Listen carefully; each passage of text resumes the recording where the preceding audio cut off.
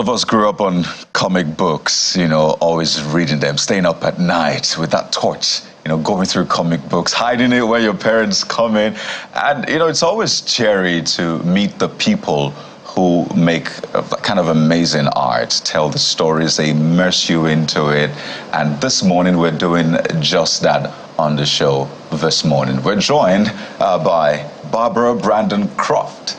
Yes. She's an American cartoonist. It's the first time in Nigeria. First time in Nigeria. I love it. I love Nigeria. it. Yeah. Good morning. Welcome to the Morning Brief. I'm happy to be here. Absolutely. Thank you. And just right next to her is Julie McKay, Public Affairs Officer at the U.S. Consulate. Good morning, ma'am. Thank you for joining us. Good morning. Thank you for having us. You know, I've looked forward to this conversation, really. I stayed up at night looking at your work, some of which we showed our audience just before we came up.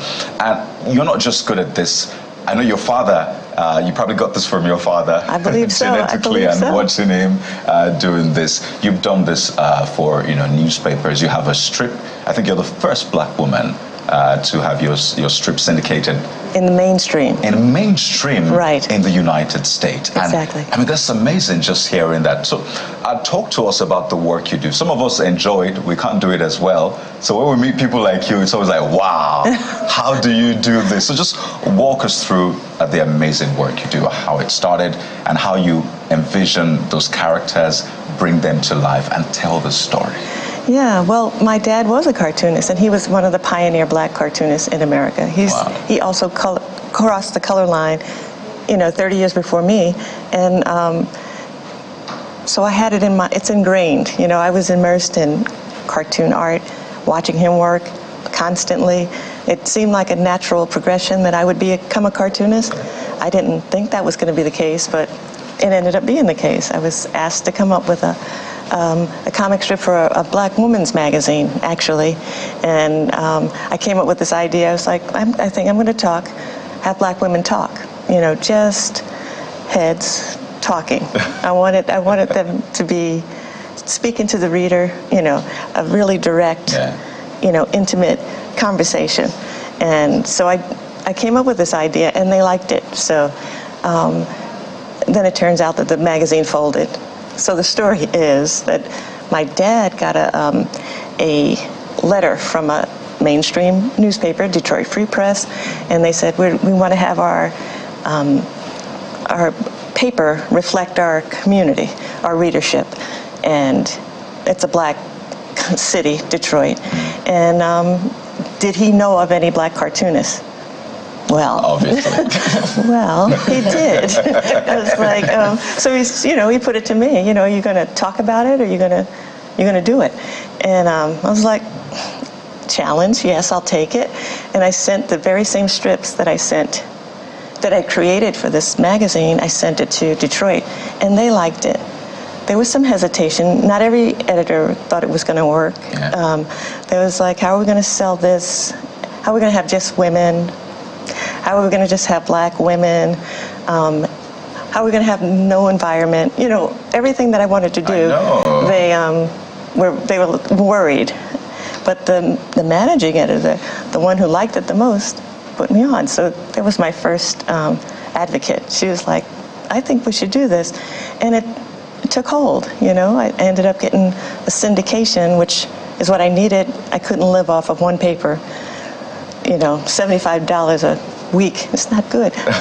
But so, you know, I got a syndication. I got rejected by many of them, except for the one. And then next thing you know, the paper started growing and growing. So that's how I did it. That story is just beautiful to hear, really inspiring. And I'll come to Julie, really. We'll soon get into the nitty-gritties, but hearing her, I know this is Black History Month, but earlier on we said every day is for Black excellence. So this may be Black History Month, but every day is for Black excellence. And she essentially embodies that, really, shattering those glass ceilings, doing the impossible and really rocking at it. And I see, you know, partnerships here that can be birthed. She's in Nigeria for a number of reasons, not just to share an inspiring story, but also share that gift that she has and share a lot of that. So talk to us about, you know, the partnerships that can be birthed from this, why she's in Nigeria, and what this hopes to achieve. Yes, thank you so much. We have invited her here. She's here for a week. It's part of kind of our ongoing engagement and support for the media and journalists here in Nigeria. It's part of a 3-day workshop for editorial cartooning that's included 25 emerging and established editorial cartoonists, people just starting their careers, and then legends of Nigerian editorial cartooning. And like you said, partnerships it's all about that. It's her bringing her experience from the US and then sharing it with Nigerian editorial cartoonists and then learning from them as well and taking that back to the US. It really is sharing both of those things. And it's really part of some of the trainings and opportunities that we're providing for journalists. The US mission is doing that through the embassy and the consulate. So we do things like training on media ethics, fact checking. Recently we did artificial intelligence and how journalists can use that. Also, we don't just do trainings and things here in Nigeria, but there are opportunities for media professionals to go to the U.S. on some of our programs and do the Foreign Press Center does reporting tours, media co-ops, the International Visitors Leadership Program. This is just one of those partnerships and ways we try to support and build capacity of the media here in Nigeria. But we're so glad to have her. Absolutely. And the interaction and partnership that's already happened has been amazing. And that's cool, because Nigerians are big on cartoons, whether it's the mainstream media or it's the online media. You know, the comic relief that comes from that is always very welcome, particularly at this point in time. I'd like to speak to some of the themes, Barbara. I studied I looked at some of your works, and you're talking about racial tension, you're talking about gun laws in America. And, you know, when I look at what's happening back home, the themes are not really very different, even though they come in different manifestations. So when you study Nigeria, particularly with, you know, the potential of what you're doing, do you get that sense as well that, you know, our challenges are not very different after all?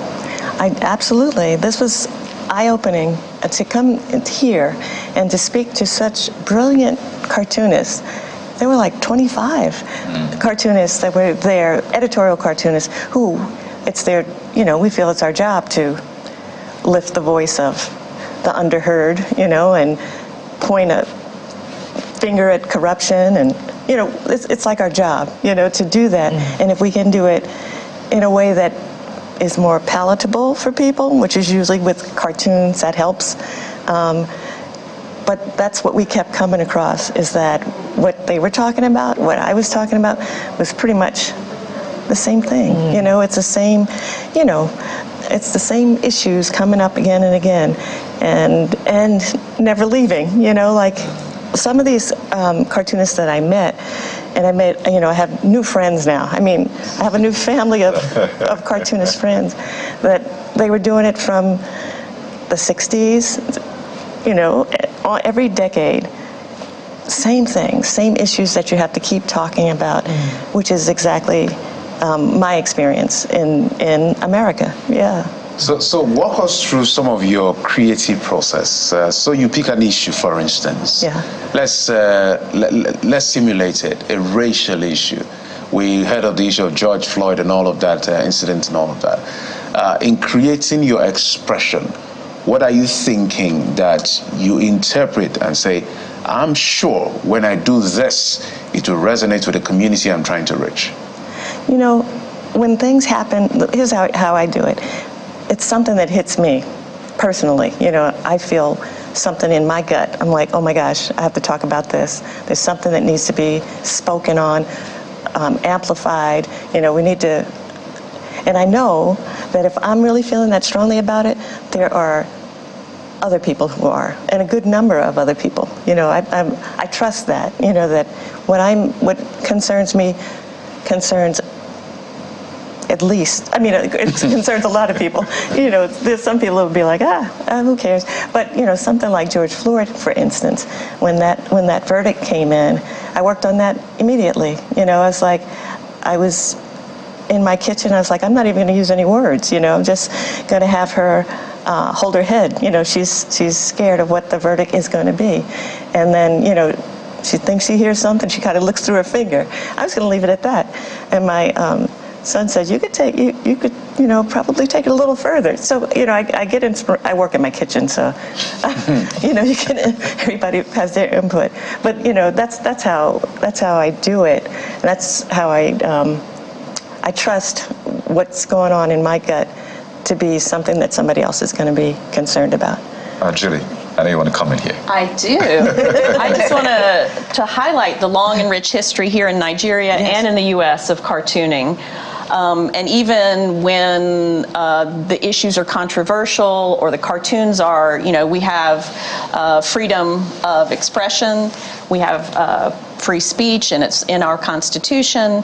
And I think that's one thing that the reason that we're doing this program is to highlight that freedom of expression and the way that cartoons, as you mentioned, they're satirical, they're funny, and they can raise these issues in a way that maybe an article may not be able to do. And it gets people talking about the issue and having important discourse, but it also can keep our leaders accountable. And so I think it's a unique way to do that, and we're so pleased that we can share that.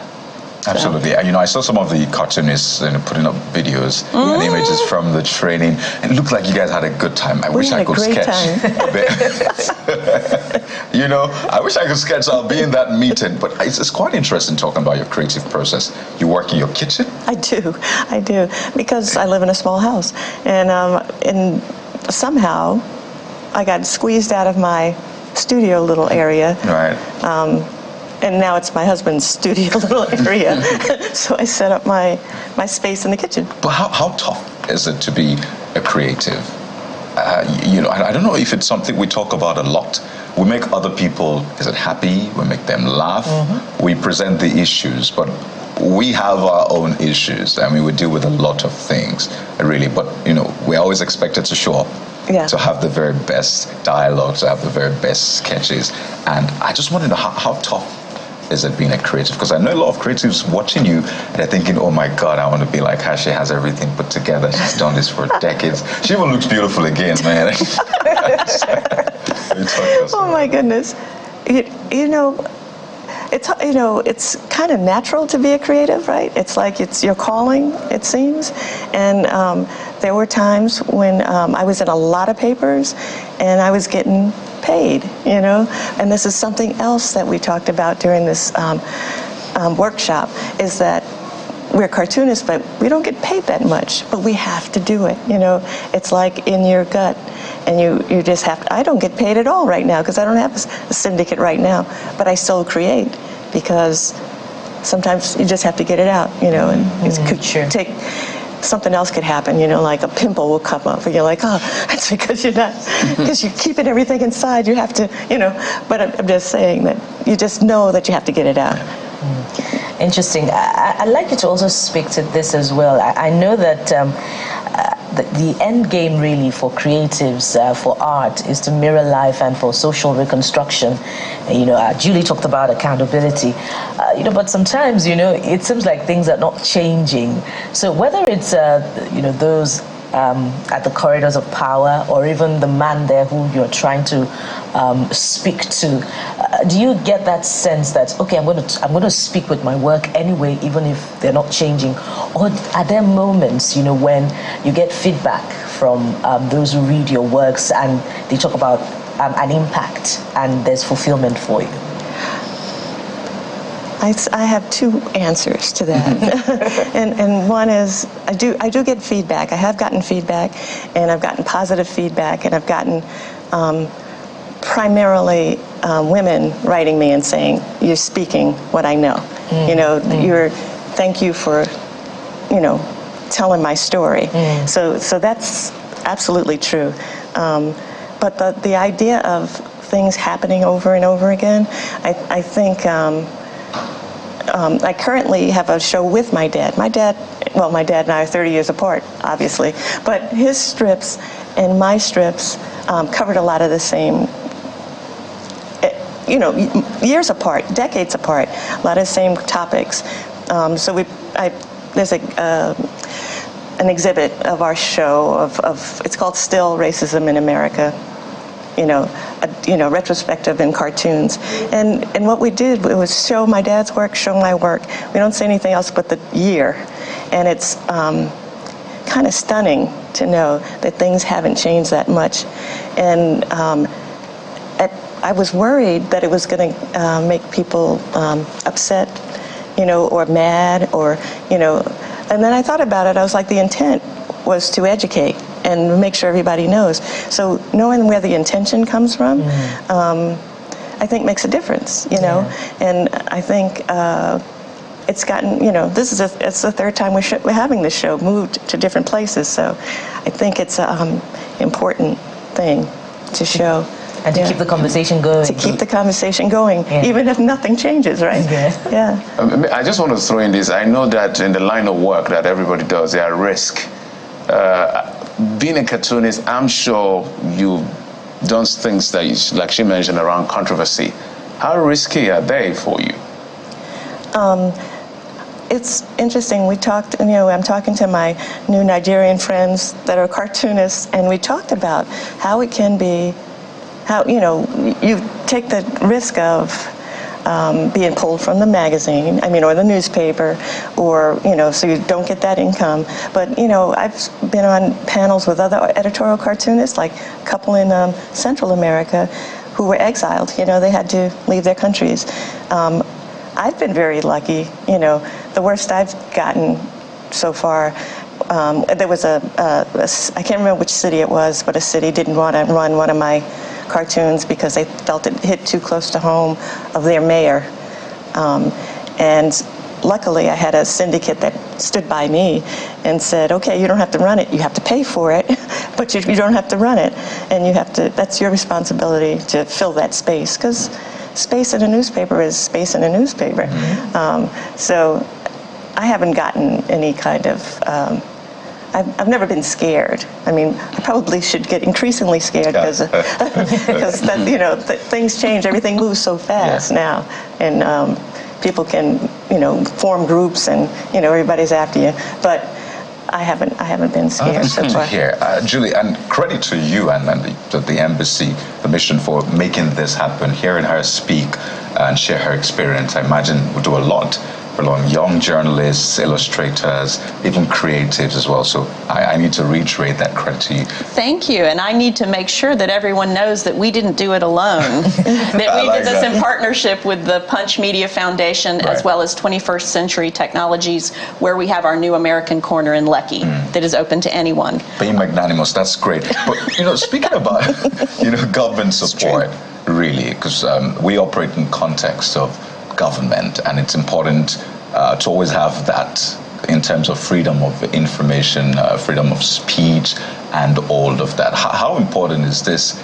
I know it always looks like the press is against the government from time to time, but how should governments really view the press, cartoonists like her? Because their work is quite tricky. They use satire to pass information, and if you don't have a thick skin, you might just think, wait a minute, that isn't me, I don't look like that, why are you sketching me in that manner? So how should governments approach this? Well, this cartooning, journalism, absolutely, it is vital in a democracy. Both Nigeria and the United States, large democracies, and I think, as I mentioned, journalists, cartoonists are bringing those important issues out. And I think support for that, creating the discussions, having citizens talk about really important issues, there couldn't really be anything more important. So, I think what you do, what journalists do, without it, governments aren't being held accountable, and all should be. And cartoonists can do that in a funny kind of way. Quickly, if we could compare notes, the US, Nigeria. We always say we're different, but we share a lot in common. And each of these countries have their challenges. So maybe we should compare notes a bit. We have our challenges right here. The US also has its challenges. What's the common theme? You say, okay, we've gone through this. This is how we survived it, and we're forging ahead. If you could speak to Nigerians as well, while you're going through this, this is how you can forge ahead. So, I think all democracies have challenges. It's a work in progress. There's nothing that's perfect. We're both doing that. Both are large. We have diverse countries, diverse citizenries, large economies, There's so much in common. We've been doing it a little bit longer than Nigeria, but we are still perfecting it. And so I would say we will keep working at it, and I hope Nigeria also keeps working at it. We totally support that. Yeah, we look forward to that as well. Let's talk about the value of cultural exchange that it is inherent in this partnership. You know, Julia's talked about the expected outcomes. You know, but what do you look forward to in terms of more partnerships, either in working with the American communities, with the Nigerian Cartoonist, in terms of movie productions, in terms of animations? What's the potential culturally? I think it's limitless, right? I don't know exactly what the next steps will be, but I think it's limitless. I made a lot of connections. I plan to stay in touch with a lot of cartoonists. I spoke to one last night about how much he was also on the Teo, who was also on the workshop with me, and he's really pushing for something else to happen, to just keep this going. I think the energy that we kind of stirred up as we spoke and had our exchanges in the room made us feel energized to do some more. And I don't know what it's going to be, but I do think there's I wonder if you've tried any of our meals. Have you tried jollof? I've tried a few things. You know what? I'm like the pickiest eater in the world. Really? And it's really embarrassing. And so it's been very spicy for me. Yeah, spicy is the word I was expecting to come. It's spicy. And little by little, I'm finding. Getting used to it. I do. I tell you. Yeah, I was so proud to tell someone yesterday. I finished my plate. I ate the whole thing. Which is your favorite now? I did try that ball. I don't know. Was Amala. Yeah. Was it white or black? I tried the white one. Right. Yeah, I still have to try the other one. You have to try the other one. Yes, so let me just give you a list. What you have to try. Okay. You have to try. If you've not tried amala, try amala. Okay. Okay. You try dika ikon. Yeah. And then Jeffrey's favorite, asun. Asun. It's really spicy. Okay. Like goat's meat. So get ready for it. I'll have my water nearby. And I'm sure you get some help from Julia, right? Yeah. Well, of course, and Barbara forgot to mention something that I think is really important, and we talked about partnership and connection between our countries. She found out from her DNA research that she is... I am 12% Nigerian. 12% Nigerian. 12% of my makeup ancestors are Nigerian, so I have come home. Welcome home. So which part of Nigeria? Thank you. North, south? Well, the Ancestry.com didn't tell me that much. Didn't tell you that, right? So we'll work on giving you a name, maybe. Yeah. So maybe we'll try Bukola. I like that. That's her name. Come on, she gave you her name. What an honor. What an honor. I'll take it. Absolutely. But ladies, we have to thank you so much. We're having so much fun at this. Julie, Barbara, an honor having you on the show. And we look forward to more partnerships. Absolutely. Thank you so much for your time. Thank you. Thank you. Yeah, we're having a little bit of fun. Too much fun on that one. But I have to thank you for joining us on the show this morning. Of course, keep the conversation ongoing. I'm Kaido Kikili. Indeed. Be good and God bless Nigeria. Thank you so much for watching. We will be back again tomorrow. I am Bukola Koka. And I'm Jeffrey Uzamabai.